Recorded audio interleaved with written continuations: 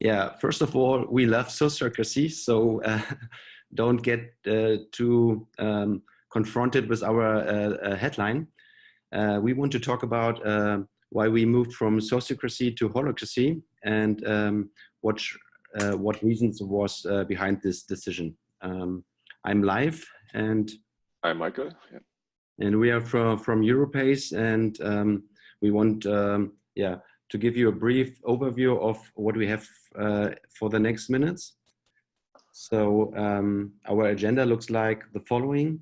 We want to give you a brief understanding of what is Europace, the context we are in. Then we want to take a look at our best practices, and then we like to talk about the switch and why we do it and how we do it. And finally, we want to wrap up with some final thoughts and like to answer all your questions and then have the chance to go in more detail. Generally, if you have any questions or want to contact us, feel free to do so. We have our contact information you can see there. So reach out to us. We are very welcomed to answer your questions in any case. Okay, so what is Europace? I would say Europace is a purpose-driven company. We make financing products comparable and the process easy to understand so that customers can make the right decision anytime and with trust and confidence. And we are a FinTech company, so a lot of IT guys in it, and we develop our own product and our own platform and also run it. So we also start the journey. We may have the same anniversary like Sofas. We started 3 years with Sociocracy in the meanwhile.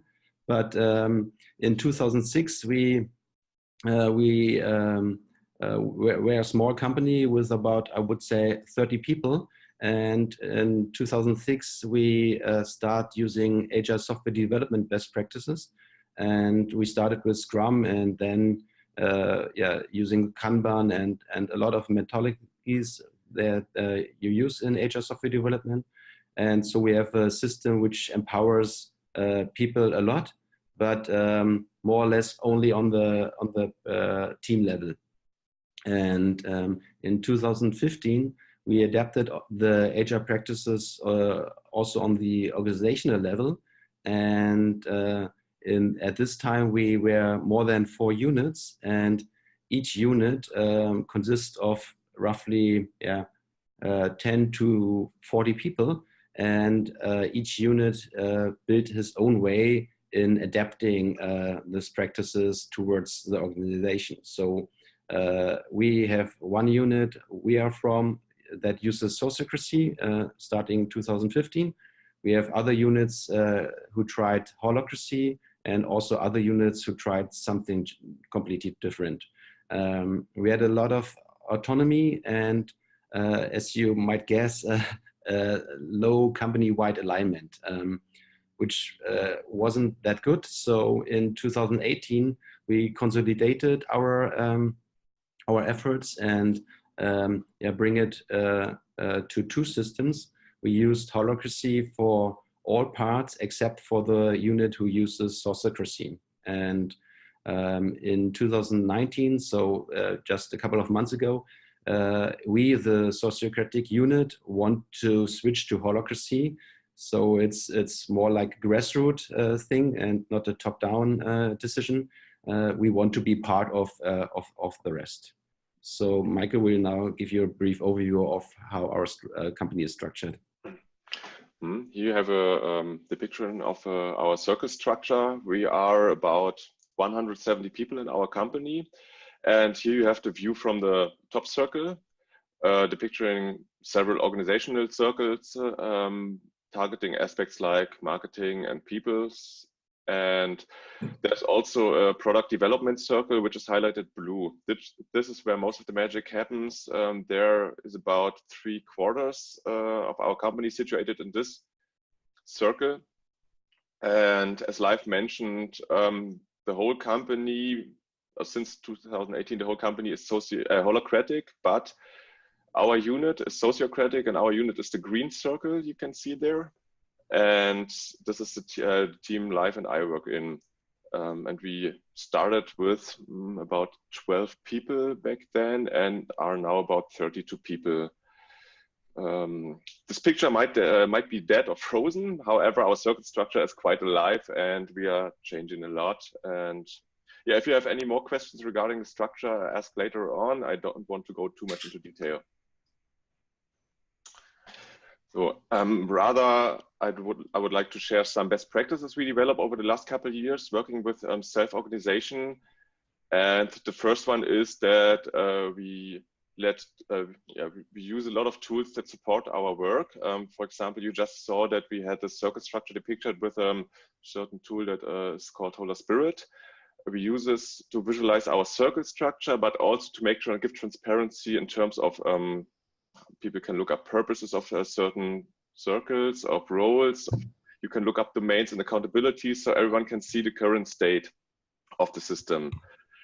And we also make use of this tool to process our meetings since it helps us going through, for example, governance meetings and syncs.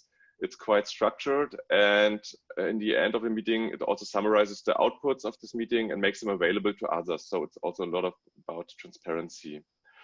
Other tools we use, for example, is Slack, which is by far more than just a group chat tool. It's also a fantastic tool for giving more transparency. And also Google Docs, for example, to work collaboratively on certain topics like proposals. You can really type in your ideas there, challenge them, but you can also just comment certain aspects of a proposal or some projects. Yeah, and besides transparency, we value autonomy a lot, but also without alignment, you lose a lot of energy and potential. And like Pascal said in her talk, alignment on purpose is very, very strong and very fundamental. In a classical organization, you often align on bosses, and this results often in power over systems. And we think it's much better to focus on the value your company want to bring to customers, and so what you want to achieve. And doing so, it's way easier to navigate through the current times where it's uncertain, where it's volatile, and also complex. And what we so it's really important to focus on the purpose and the purpose hierarchy.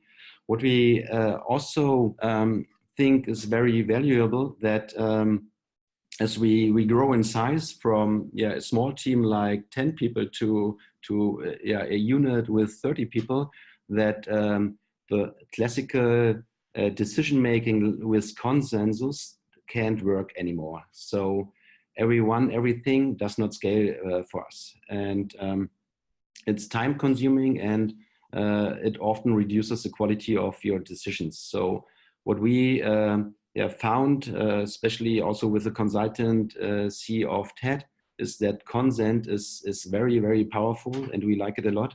And also clear accountabilities are very valuable.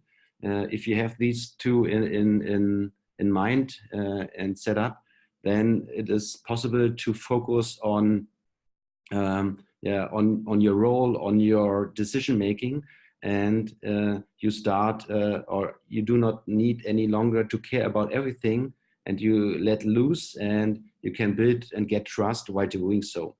So with purpose and with consent and clear accountabilities, it's more easy to decentralize decision making, and at the end it makes you faster. We also like the process of nominating roles that was already talked about. We think that it fits really good into our culture at work. It's a lot about appreciation. It also creates more variance and prevents like power over systems, since not only one person selects who's doing what, but several people. And we also did some experiments on the role nomination. For example, we tried to get also input from the whole team, so every voice is heard.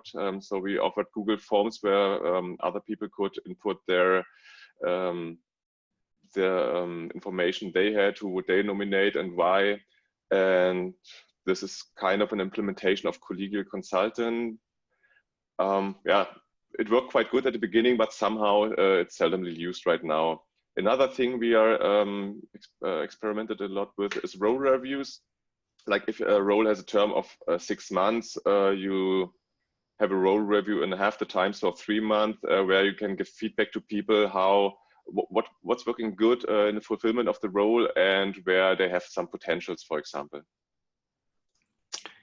And we, as you saw with Michael and the look at the tools, we like transparency, and transparent proposals is transparent change. So what we foster is that if you make proposals that will change the organization somehow, yeah, make it transparent as early as possible. And we do it this way. We announce a proposal draft inside Slack, and we also have a link to a Google Doc so that everybody can participate and integrate. For example, giving comments or chat about it. It depends on each other. But so we are very inclusive, and this helped us to have a kind of absence of surprises, because everybody knows what is coming, and if he might have objections, then he can integrate himself early. And we think that this makes a safer work environment in general. The next slide is one of my favorites, and maybe the most important slide of all time. Yeah, the mantra "safe enough to try and good enough for now," I think are very important, and I think you can almost apply them to anything. They fit into agile software development. They fit into lean UX, into organizational development, and also they fit into human behavior. What is this all about? Often people searching out for the perfect next step, the perfect feature, the perfect role description. But instead of searching, it's better to do something and to learn. So what we think is valuable is some kind of cycle where you do something, learn, repeat, do something, learn, repeat, and doing so you learn while you're walking, and you do not sit there and just plan the whole day and waste your time with just planning. So these are our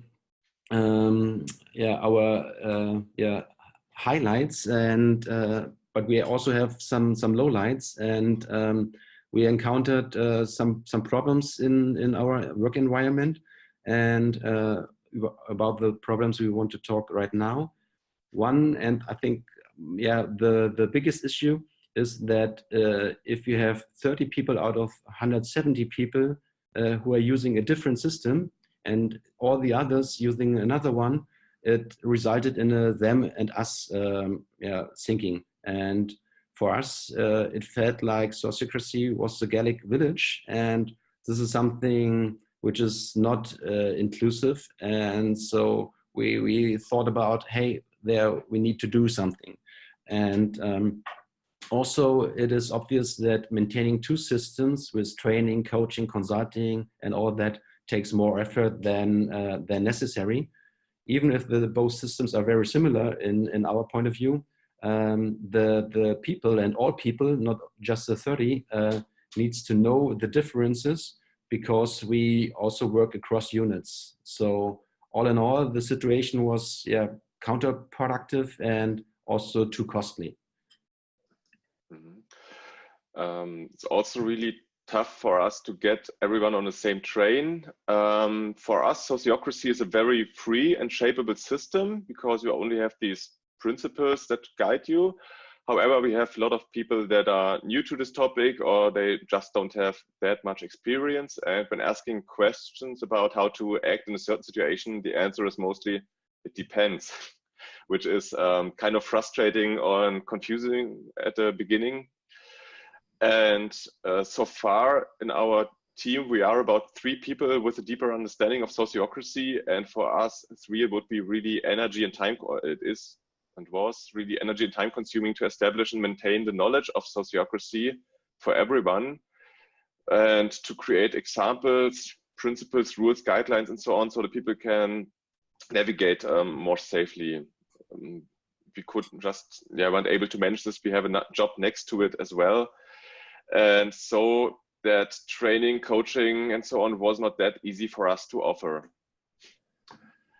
Another thing is that the way we lived sociocracy was that only people participating in the decision-making process were part of the circles, which was really good for us because we didn't like having too much people in the meetings, as meetings would end up in more discussion and would take too much time. And for the operative work, we would have used our agile software development mindset. However, there are also a lot of people that felt disconnected this way because they were not really part of the system. It was unclear how to participate and how to integrate themselves. For colleagues that are not part of a circle, it's maybe only harder to address your topics because you don't know where you can address them. But then you also have these new colleagues that have never been part of a circle or the system, and it's even harder for them because they just don't know how to navigate in the system. And our goal is that everybody should have a purpose and be part of the system so everyone can better identify himself with this work and be more effective. And if you can navigate better in the system, you can also participate better in it and shape it according to your needs, according to what you need for your work to get done. Okay, so now you heard some of our problems we have with our implementation of sociocracy and also with the situation we have in our company. And now we have the challenge, or we had the challenge to, or we wanted to go into the mainstream of all on the organization, which means we want to join the holacracy, but we also want to keep our values we found with sociocracy. So next we want to talk about our merge to holacracy and why it was safe enough to try for us and what we did in order to make it good enough for now. First, the obvious is if you have just one system, we can rely on a lot of training, consulting, and coaching that was already established for the holacracy materials. And we also can use these trainings and all that without mental mapping right now, because we have no differences any longer. Additionally, we use company-wide self-organization check, which more or less brings every part of the organization on the same page. We have a kind of structural-based check where we check if each circle have its meetings, if each circle has a purpose, how the purpose relate to each other and all that. And besides the structural base, we also have a look at the vitality and effectiveness from us inside this organization. And we are right now in completing these checks for every unit. And this, I think, is a really good starting point because of our beginning in 2015. There is a lot of things which was more or less unaligned, and now we align them, and therefore it's necessary to do something like this. And what we also see is that our people in our unit are using this offering quite actively, so that they involve themselves more and more in general and participate also more. And for us, it feels like they feel safer right now and know how to participate, navigate in this organization, even if it's just a couple of months ago. So what we did a couple of months ago was we have made a survey, and we want to try, or we want to do the survey in a couple of months again, so that we really can see if our feelings are just feelings or if they're really changed or if we really changed something. And Michael now wants to talk about the adaptations we made so that holacracy is safe enough and to try for us. Another thing that was quite new to our way of working is the double linking. Back then, when we started forming our structure, we did a lot of bottom-up nomination in the beginning, and it was really more thinking of who of the people in our small group could represent us the best in terms of decision making. So we gave the power at that point of time to the people working together to find a good representative, which is actually the representative link or delegate link. And so that way we ended up with a system with quite a few minimal double linking because of this bottom-up nomination. And we value, right now we figured out that we value the people having both roles. And now when assigning new roles down along a purpose hierarchy, double linking seems more reasonable, but still we are a little bit afraid of having too much people in the meeting. As I just said before, we don't want too much people in the meeting because it might get out of hand, might get too much, might end in too much discussions. So far, we only have about 2 circles that have double linking, which is the top circle of our unit, which makes sense because it's connected to the next higher system. There you need this counterpart, and another circle where it's also where we also found it helpful to have this counterpart. Something we also adapted in the last couple of months is that we made accountabilities more explicit. Initially, we had few roles and a lot of work happened implicit. But yeah, both systems, sociocracy and holacracy, are actually more about making things transparent and explicit. And we wanted everyone, as I said earlier, we want everyone to have a purpose and to identify with their work. And this works better, I think, when we make clear which role each person has and what I can expect from this person or from this role the person has. And we figured out that holacracy has a little bit more focus on roles, so that's why it kind of forced us to that way. However, you have to pay attention that you don't overuse the role aspect. Something we also really value from sociocracy is that you have that each role has a term. The system is more likely to change, and you can embrace new inputs. And with the end of a term and a new nomination, you also have this reflection and feedback round again, which also leads to more appreciation. And we really like this part.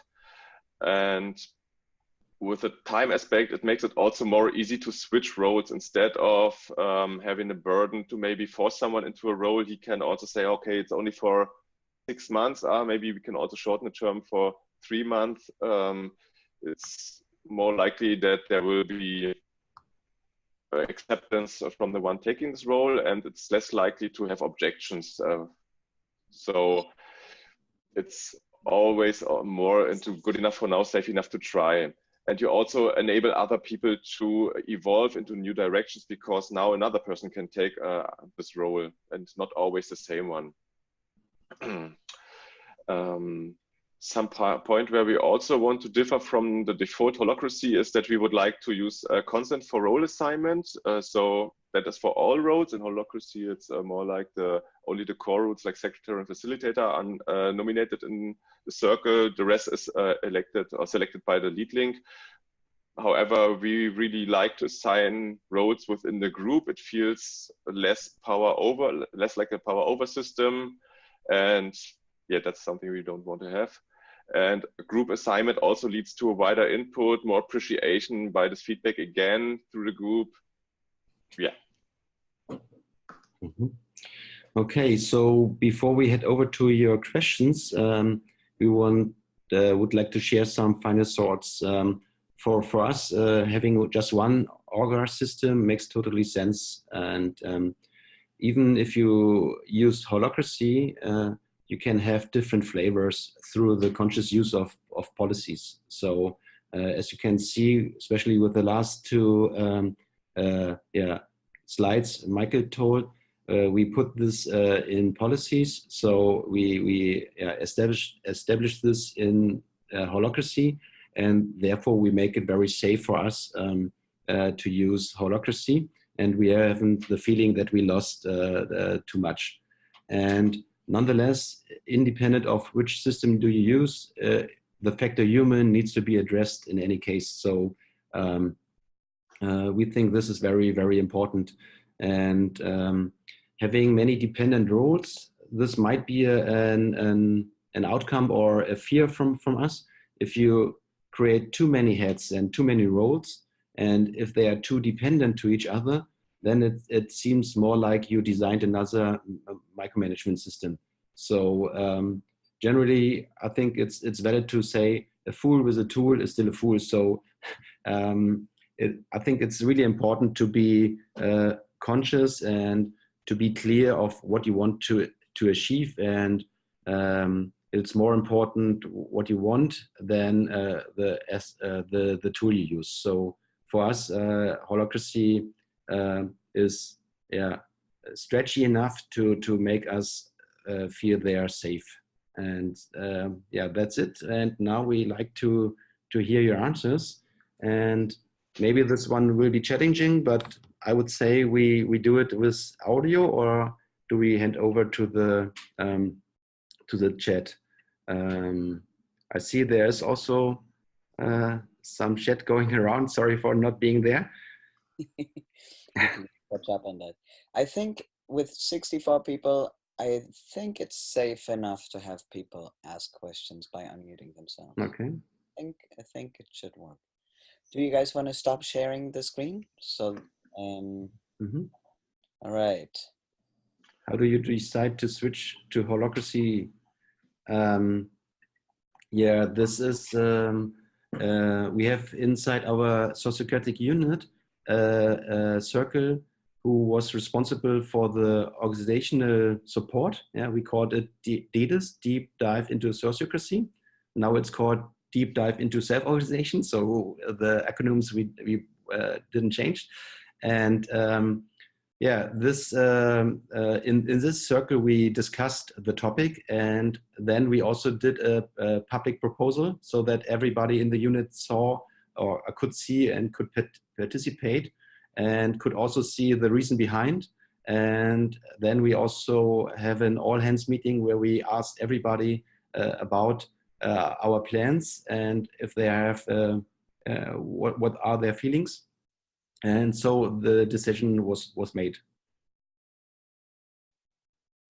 Did you start holacracy and sociocracy at the same time? No, not really. As I said, in 2015, we more or less started with to adapt the agile practices towards the organization, and every unit does it in his own tempo. So one unit started with holacracy, but nowadays I would say they do not use holacracy really. They just take elements from it, and so I would say we have the support of TED and SOFR. So Sociocracy would be more or less before holacracy there in one unit, I would say. And in 2018, we established more and more knowledge in holacracy, and then start using holacracy for all the other parts. So I would say Sociocracy was there before holacracy, but I think other colleagues might say it vice versa.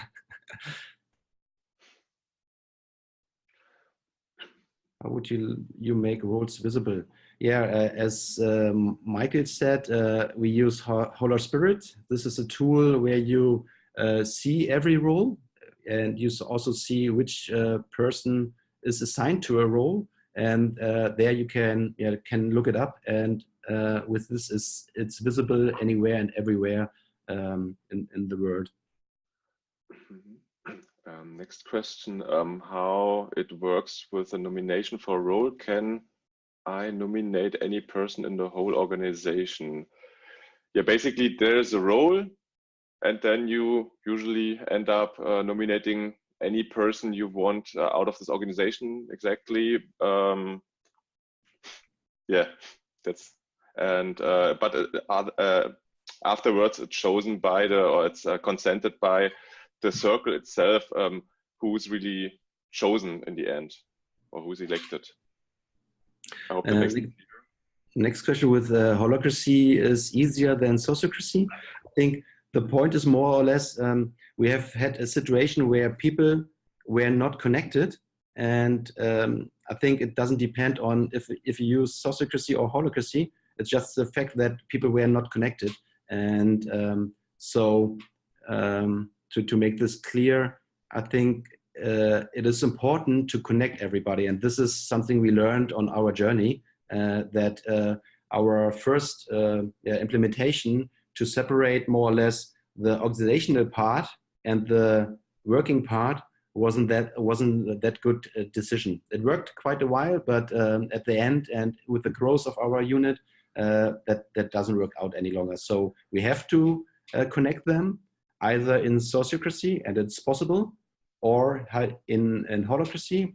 And because of the fact that we have two systems in one large organization, we think it's better to have one system. It could be sociocracy, but the coin drops to holacracy. And if I can add something, I think in the beginning, or the difference between both systems we see is holacracy gives you way more guidelines in the beginning. However, these guidelines can also be challenging, and sociocracy is more free in this perspective. So you need a little bit more effort in the beginning, but you can, with sociocracy, but you can still make maybe the system more the way you want it to, the way it fits better for you. Mm-hmm. So that's maybe from the starting point of view. And regarding your Slack question, I like Slack a lot. So yeah, there is a high chance of information overload, and I think it's very important to be structured, or to be clear. You learn, if you have so much transparency and so much information, it must be clear where you get which information, and so that people can decide where they want to follow and where not. So it is open, but it's also a kind of necessary to be to have a self-management with all this information. If you want, you can receive a lot of information, but you also have to deal with all your doings and all your time. Next question. How did you define the domains, the borders to other domains? Domains equal teams. When we started with sociocracy and the initial system, we did the driver mapping, which is, I think, a method from Sociocracy 3.0. Yes, where you look at the actors. As a circle, you sit together. You look at the actors you have, so who you are talking to, or and afterwards you try to answer the questions: what does this actor need from you, and what do you need from him? And then you have a lot of topics there. We had like a huge wall full of actors and information, and from that you somehow abstract what your driver and your domain is. That's how we did it. Yeah. Mm-hmm. So domains not equals teams, and in holacracy domain is a little bit different. Yeah. Okay. So I have to check domains. You answered difference between holacracy and sociocracy in practice. Yeah, more or less, but it's not vice versa. It's more like how our situation was, and the legal form is in so-called Aktiengesellschaft, holding. And then, in your opinion, how can you measure the impact of holacracy in general performance in the org, HR-wise and economic-wise? Good question. I think it's really more like purpose-driven. If what kind of work environment do you want to have? And we think that a human-centered work environment is very important. So it is not that we sit there and count hours. it must feel, or it must be clear that we want to have to achieve value for the customer. And we see if we just play with us or if we create value. So we do not measure the general performance, except in feeling if we do the right thing, and talk to the customer and see if we do the right things. And then we have a re-question. I think you said. What is it about holacracy that makes it easier? I didn't really say easier, but it's a little bit easier in that way that you have more guidelines, and that you know that the constitution is about, I don't know, 40 pages, and it really states in all different situations how to act. So you are in a safer environment. On the other hand, the problem is that you are you have a system that you might not feel comfortable with, and it's harder to adapt. In Sociocracy, you have a more free system, but you have to put more initial effort in it to style it the way you want it, or you need it, or you even have to find out, what do I even need? Yeah, I think it's something like a rule book. If you play football and you have the rule book aside, then for some people it might feel easier to play football, even if they do not know every rule. And so I think this would be the main difference in my point of view. Holacracy have a rule book from the beginning, and as we develop our implementation of Sociocracy, we have to create our rule book, and we haven't so much time to create it so fast so that we do not reach every person. And with Holacracy, there's just more in store, so it was easier to run on a great organization.